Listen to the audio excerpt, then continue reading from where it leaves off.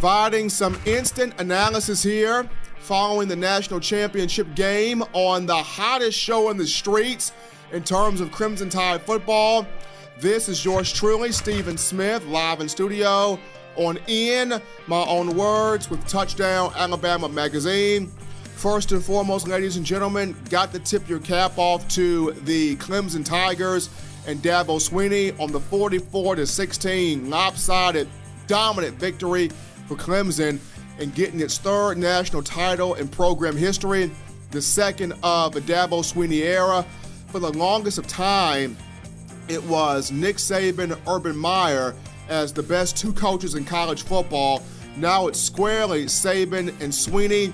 And after the win on Monday night, Swinney looking real good right now. And this is the worst loss of the Saban era, being dropped by 20-plus points. He lost by double digits in 2010 against South Carolina. Alabama lost by double digits in 2009, the 09 Sugar Bowl, to Utah off the 08 season. It lost by double digits to Oklahoma in the 2014 Sugar Bowl off the 13 season. But this is by far the worst loss of the Nick Saban era, just completely outplayed, outcoached, outworked, outdone. And you rarely see that out of an Alabama football team. The number one reason as to why this loss occurred, folks, Tua Tagovailoa out of sync from the word go. I mean, the sophomore quarterback, yes, he had nearly another 300-yard passing day. Yes, he accounted for 2 touchdown passes. Yes, he completed a bunch of passes, but give Brent Venables and the Clemson defense a ton of credit. Venables, I don't understand why he has not accepted a head coaching job yet. Still at Clemson, and for obvious reasons, he is the glue on that side of the football. But he came in thinking, if we can consistently get pressure to Tua and confuse him with different looks in the secondary, we're going to get this ball game, and boy, did he do that. Christian Wilkins, Cleveland Farrell, Austin Bryant, Kendall Joseph, those guys flushed Tagovailoa out of the pocket, knocked him off his spot, forced him to be inaccurate with the football. He had 2 costly interceptions, including a pick 6 to start the game. A.J. Terrell did a masterful job baiting Tua into a throw to where Tagovailoa thinks Terrell is going to stay on the route with Devontae Smith.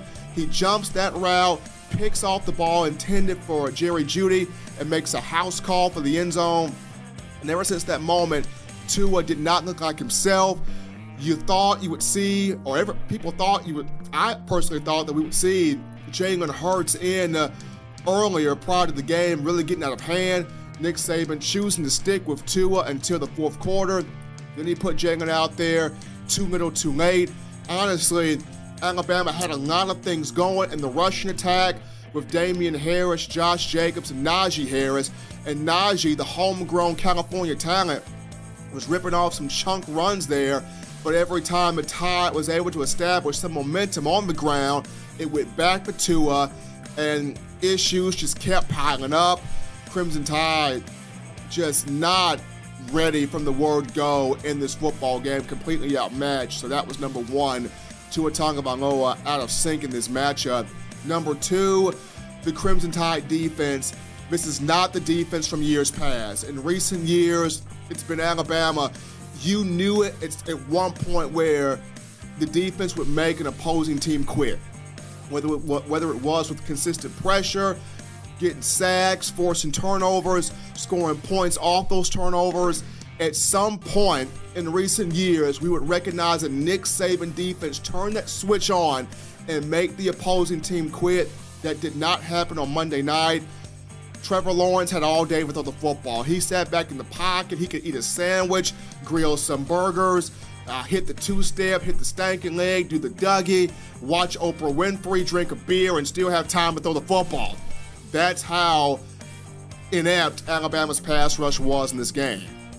Savion Smith looked lost in coverage. Deontay Thompson allowed big plays to get by him. Pete Golding, Tosh Lapointe did not know what to do, got their hands on their heads, confused, bewildered, befuddled. Any adjective you can throw in there, feel free. just not Alabama's night defensively, not Alabama's night offensively.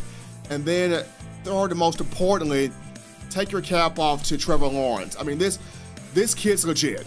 This kid's a bona fide star. 6'6", 216 pounds from Cartersville, Georgia. And I mentioned it earlier in the week that, with him being the trigger puller, Clemson entered this matchup with the number 5 scoring offense in the country, averaging 45.4 points per game, the number 5 total offense in the country, averaging 530 yards a game, and the 9th best rushing offense in the country, averaging 259.8 yards a game. And for much of the matchup, Clemson one-dimensional.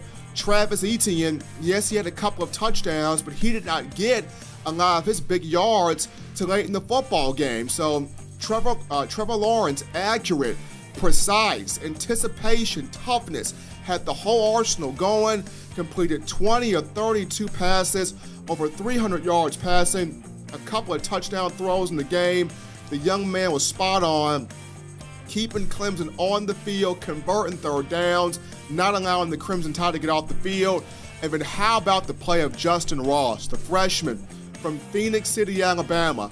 Alabama courted him hard in the 2018 signing class, chooses not to go with Nick Saban, goes with Dabo Swinney because he found something in that culture that is Clemson, South Carolina, went with that, had a massive night, a game-high 153 receiving yards with a touchdown. He made some unbelievable catches, keeping his feet in bounds, making one-handed stabs, showed for speed. The kid looked like Julio Jones meets A.J. Green meets Alshon Jeffrey out there. It was unreal. So Alabama, Tua Tagovailoa out of sync. Defense didn't know what to do, didn't have an answer for Clemson. Trevor Lawrence and Justin Ross, what a performance by the Tigers, 44-16. Take your cap off to them. And for Nick Saban, he'll have to wait another year to try to surpass the legendary Paul Bear Bryant. It's going to be a lot of things going on this offseason. What becomes of Brent Key? Does he go ahead on and take the Georgia Tech job? More than likely that may happen. Coach Locks now moves on to Maryland. Butch Jones heads on with him. Coach Joe Panunzio, I've been hearing that he possibly will move to an off-field role, and Alabama will look to bring in more so of an elite running backs coach.